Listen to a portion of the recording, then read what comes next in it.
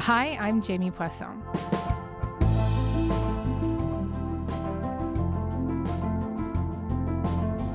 So, did foreign governments interfere in the last two federal elections?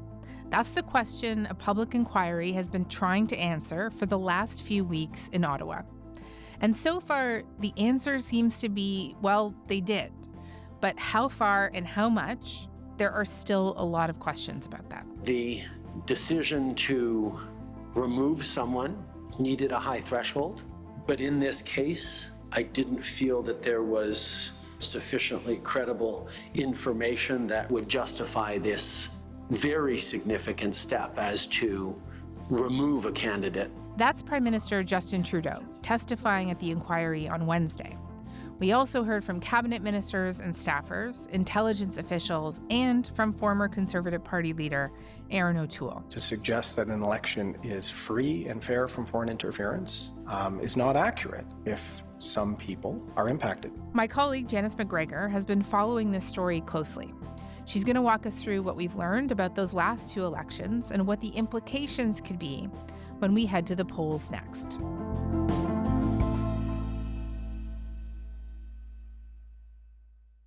Janice, hi. It is such a pleasure to have you on Front Burner. Thank you for stopping by. Oh, you're really welcome, Jamie. So before we start today, I wonder if we could just do a little bit of a definition. And so I'm hoping that we can start with defining what exactly foreign interference is in the context that we're talking about it here. Right, because there are a lot of different forms of foreign interference, right? You can have it in the business or economic sense, espionage, stealing tech, cyber warfare. That's not what we're talking about at this inquiry, as serious and important as it is. This is about specifically election interference, and important to know the difference also when you're talking about foreign meddling, the difference between influence and interference. And this is something that came up at the inquiry. Maybe giving some examples kind of helps. But as a general rule, what we're talking about is what happens in the daylight and what happens in the darkness. So if I'm a diplomat and I want the country I'm stationed in to buy my country's cheese or buy my country's helicopters, or maybe spend more on defense, or maybe I'm Team Canada in Washington and I really want the U.S. not to pull out of NAFTA. I'm giving speeches. I'm issuing press releases. I'm being really obvious in my lobbying. Everyone knows I'm there. I'm attending public events. I'm not sort of sneaking around. I'm just making the case for my country's national interest. If you are doing interference, this is more clandestine. This could be happening online. This could be happening in terms of cultivating kind of secret networks of people, maybe your agent in a country that would do your bidding indirectly. It can also happen in the form of financing, donating to people to do what you want to do, threatening people, bribing people. But it's not showing up on the audits for a campaign at the end of the day. Right. It's happening secretly under the table.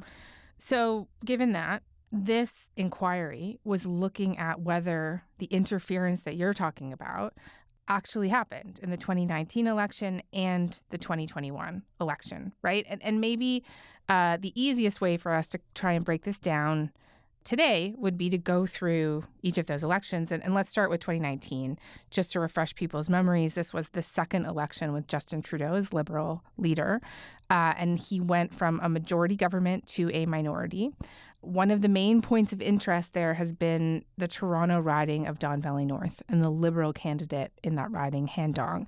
And what did the inquiry hear in terms of allegations of what happened there? There was an important thing about the Don Valley North race, I should say, because that was a race where we had the nomination meeting that happened inside the writ period, and that has ended up mattering here. The key allegation has to do with who voted at this meeting. And this is where the buses come in. When Han Dong himself was in front of this inquiry, I'm going to say it was a bit painful listening to lawyers kind of drag out details on this, because his memory of how many buses there were and who paid for the buses was not good. On the stand, Dong was asked what he knew about that. I didn't see them. How many students were involved? I don't remember. It's very vague. Or who commissioned the bus? I don't remember. And yet, Dong... Which was kind of amazing because when this first came to light in the media, it was all about this story of busloads, or at least a busload of foreign students brought in potentially with some kind of false ID, some of them, the allegation that they weren't actually from the riding, and that they were speaking Chinese and somehow doing kind of foreign interference by supporting Han Dong because someone wanted him to win as opposed to the other candidate in this riding. Now, subsequently, partly through Dong's testimony at this inquiry, we've learned a few things, that these students were apparently from an international school, that they were living in a residence that is in his riding, although the school itself isn't in his riding. And there's been some question about who paid for this bus exactly. So I can't tell you for sure who paid for the bus, but it does seem that there is some question about whether all the organizing behind that nomination meeting was domestic or whether there were some Chinese consular officials involved in organizing on Don's behalf. Right. And what has the intelligence services said that they knew about this situation, CSIS, and what they told the Liberals about this situation? Wouldn't we like to know exactly, right? And here we are, right? This is classified stuff, and this is the problem at this inquiry. They haven't opened their files to tell us exactly what they saw at this meeting or why it so concerned them that extraordinarily, in the middle of the campaign, they felt they needed to brief Liberal Party officials who specifically were given security clearance. We know from the testimony of David Vigneault, the spy agency's head, that they didn't feel it was their job to explicitly hand over, for example, a list of people at the nomination meeting that they were concerned about. It was interesting, though, because when people sort of from the Liberal Party were talking about this, they pointed out that they weren't given specific enough details from the spy agency to even help them understand who at the nomination meeting sort of was sparking such concern. So it was sort of both of them pointing at each other saying, well, you know, it's not my job to do this. And the other side saying, well, it's also not my job to do this. And you haven't really given me any lists. How am I supposed to do this? In Justin Trudeau's evidence summary, there is a reference to Trudeau himself finding some kind of a mistake in the intelligence about Don Valley North and asking for it to be corrected. And when I saw that yesterday, I was like, whoa, what?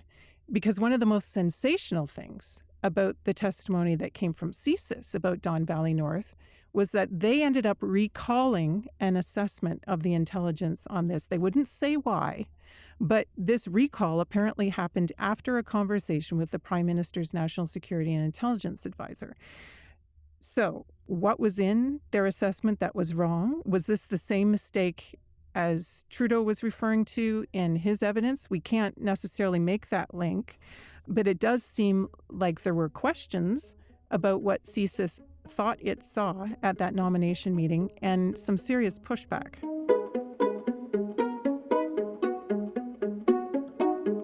Talk to me a little bit more about what Trudeau said when he testified at the inquiry earlier this week about this incident in Don Valley North, right? About these buses.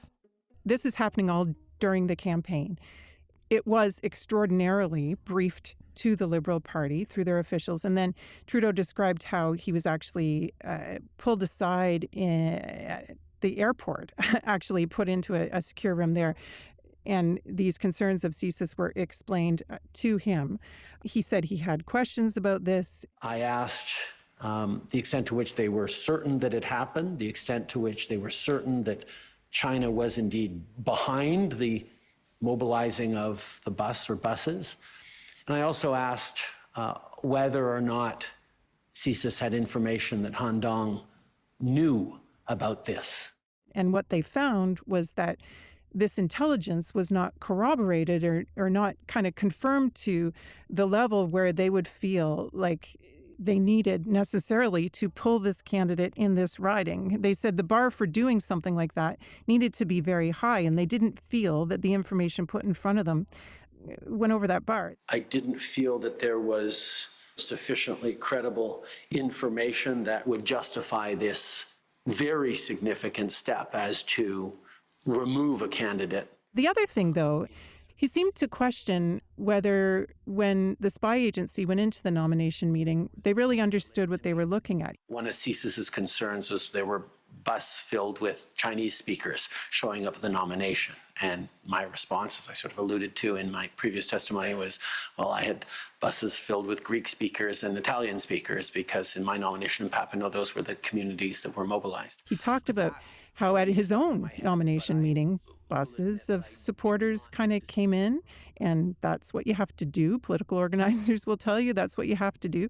And when it came to this busload of students, Liberals would say that's a feature, not a bug, that they like having a party where they can have supporters who are young people or who are new to this country. But the issue or the potential serious problem here is that those buses could have been organized by a foreign government, right? Exactly. Nomination meetings can be close and they can be tense and very exciting for everyone involved, but ultimately they're a secret ballot.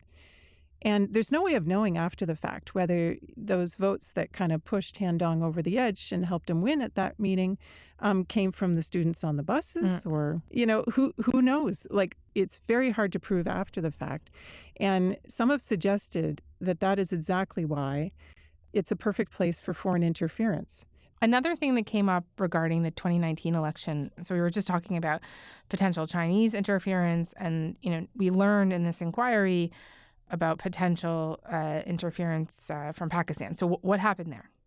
So this inquiry extraordinarily isn't seeing raw intelligence reports, but is seeing summaries, especially prepared for Commissioner Ugg, that in very general terms describe things that were previously classified.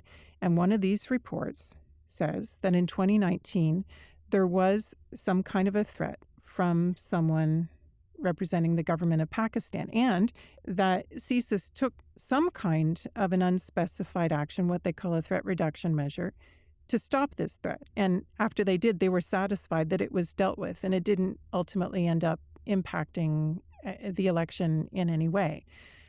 Trudeau himself, he apparently was never even briefed on this. It was just kind of quietly dealt with by CSIS, but now has come out as a result of this inquiry.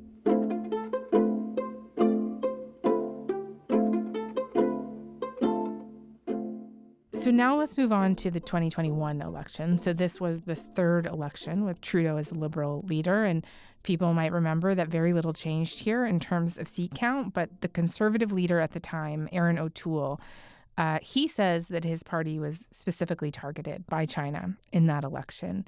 And so let's start here. Tell me what he tells the inquiry about that.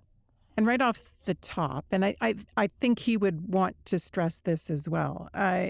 Let's be clear. He isn't arguing that this election was stolen. And it's really critical that everyone understands that. But the Conservatives do feel that there were certain ridings, a limited number of ridings, not enough to tip the balance of the overall result, where the Conservatives believe they saw enough evidence to make them suspect something was going on and working against them. And they thought that for two reasons.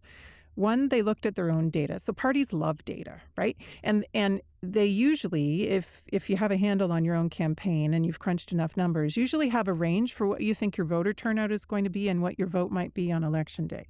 And they had some ridings where what actually happened in terms of voter turnout and the turnout of their vote was outside of their model. And that had them scratching their heads a bit. And then they got looking. And the ridings where that happened also lined up with some kind of grassroots reports they had from their own people on the ground of their candidates being targeted specifically on Chinese language social media. So WeChat, for example, the leader, Aaron O'Toole, but also about specific candidates like Kenny Chiu in Richmond, for example.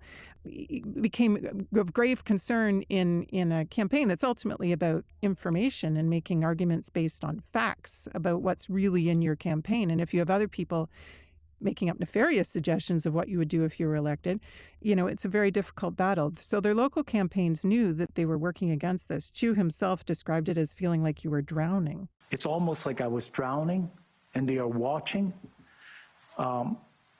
And the best they could do, by the way, is to let me know that I'm drowning. I don't need their notification. I need their help. And of course, the argument that Aaron O'Toole is making is that there was a motivation on the part of China to not want the Conservatives to come to power because, in his argument was that they took a much more hawkish position vis-a-vis China. Yeah, and they did. Famously, we even talked about this during the campaign. China appeared a lot in their platform. They had taken some positions like sort of advocating for Uyghurs, wanting a ban on forced labor from places in China where that is known to happen, wanting to ban exports coming from that region of China. All those sorts of things, would anger Beijing, right? And I have to say, powerfully, at the very start of this inquiry, a representative of the Uyghur minority, lives in Canada now, pointed out that he feels that this interference worked beyond just the election result, because he says now that the official opposition no longer talks about things like a Uyghur genocide in Parliament. The implication being that the Conservatives learned what happens if they lean too hard into that hardline position on China, and that they've now kind of backed away from that because it didn't go well for them in the last election.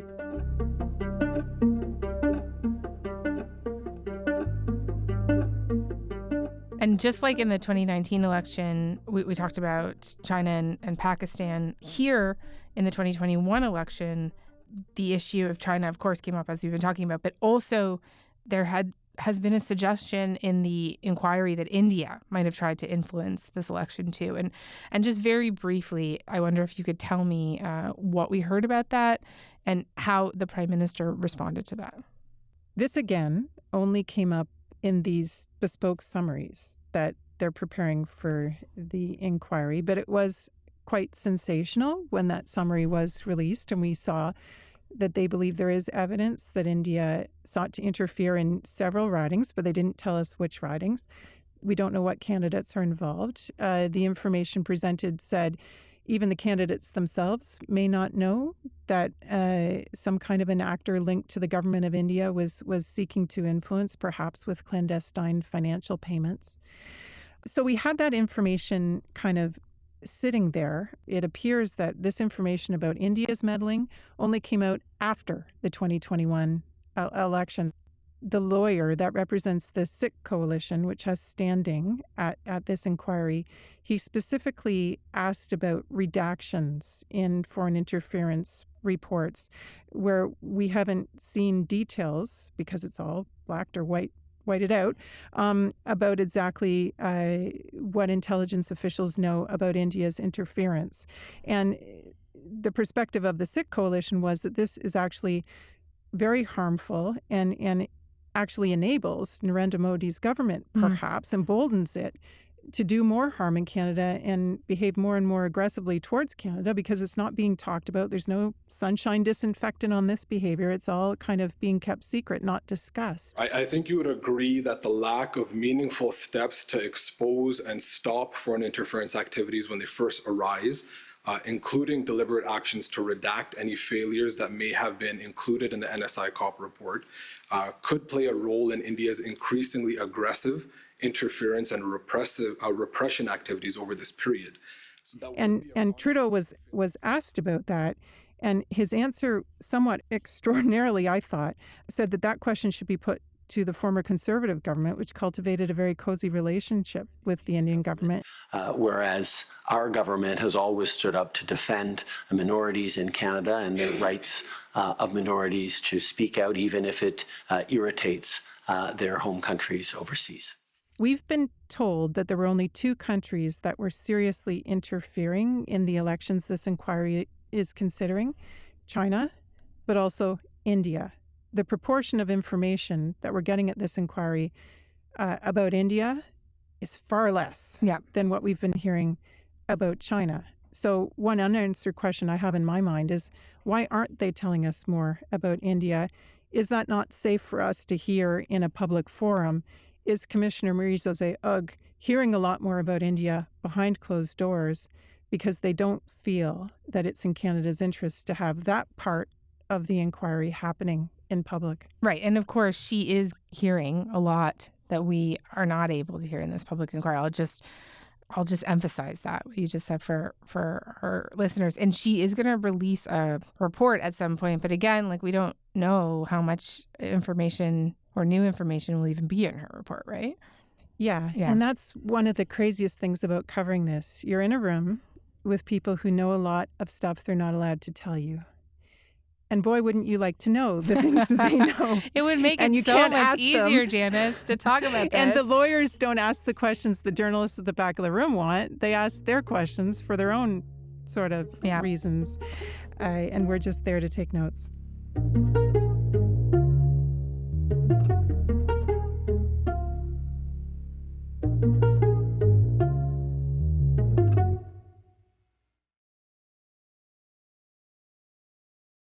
Janice, look, I can't help but think, listening to you, the next federal election is coming up, right? We're in a minority parliament situation, so it could really happen theoretically anytime. And, I wonder what you think has been learned from this inquiry and what they say about the degree to which our political apparatus is going to be capable of dealing with foreign attempts to interfere in the next federal election and in any election, really. I have found it kind of extraordinary, the extent to which first senior staffers in the Prime Minister's office and then the Prime Minister himself spoke openly about things that Canada's spy service was getting wrong. The extent to which perhaps people's trust in CSIS might be rattled a little bit. Now, other people would say discussing this openly is actually a very healthy thing. And Trudeau actually today, I'm speaking on Thursday, was asked if he still has confidence in Canada's spy agency. And he said he does. And he said, actually, a leader like him shouldn't be a passive receiver of intelligence. He was saying, he thinks it is entirely his role to push back. That's very important, pushing back against the sources. And part of the work everyone needs to do in this process in order for it to all be verified and confirmed and the system to work. That's been another theme at this inquiry, this idea that it's open for interpretation, that it's not always kind of obvious how to take a certain report and that two people might look at the same thing and draw a different conclusion.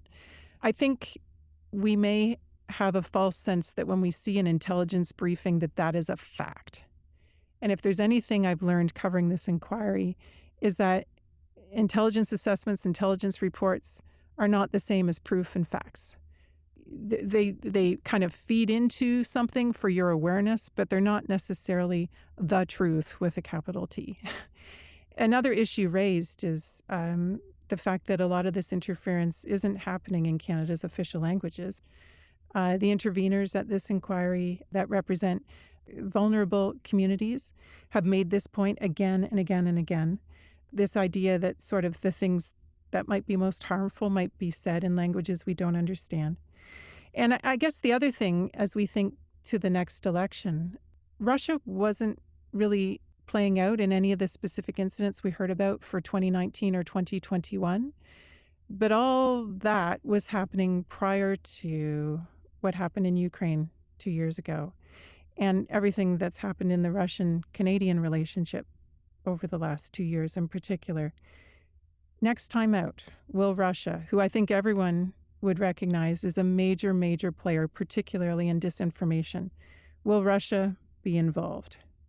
And how unsettling is that for the next vote? And all the lessons they've learned about Chinese foreign interference, Indian foreign interference, will that prepare them for the next battle if Russia steps onto the stage and wants to sow some chaos here? I don't know the answer to the "are we prepared" question, but will be the task of the next stage of this inquiry. In the fall, we're going to have more hearings, hear from more witnesses about what needs to be done to help Commissioner Ugg make some recommendations to that end. And I'm going to state the obvious, Jamie. The stakes for this couldn't be higher. I'm a parliamentary reporter. I don't ever want to cover an election where, when all's said and done and the results come in, I'm wondering if some other hostile country had its finger on the scale. We have had very prominent examples of that happening in other places. I don't think anyone wants it to happen here. I cannot think of something with higher stakes for our democracy than getting a handle on this and keeping it under control. And if you care about a fair vote, you care about mobilizing people, and you care about an inclusive democracy where different groups all feel like it's safe for them to participate and speak out and be counted, this inquiry arguably is everything. If other people have their fingers on the scale, if we don't have a fair vote, then we don't have a strong democracy anymore. And as a parliamentary reporter, I can't think of anything I care more about. All right. Janice, thank you so much for this. You're welcome.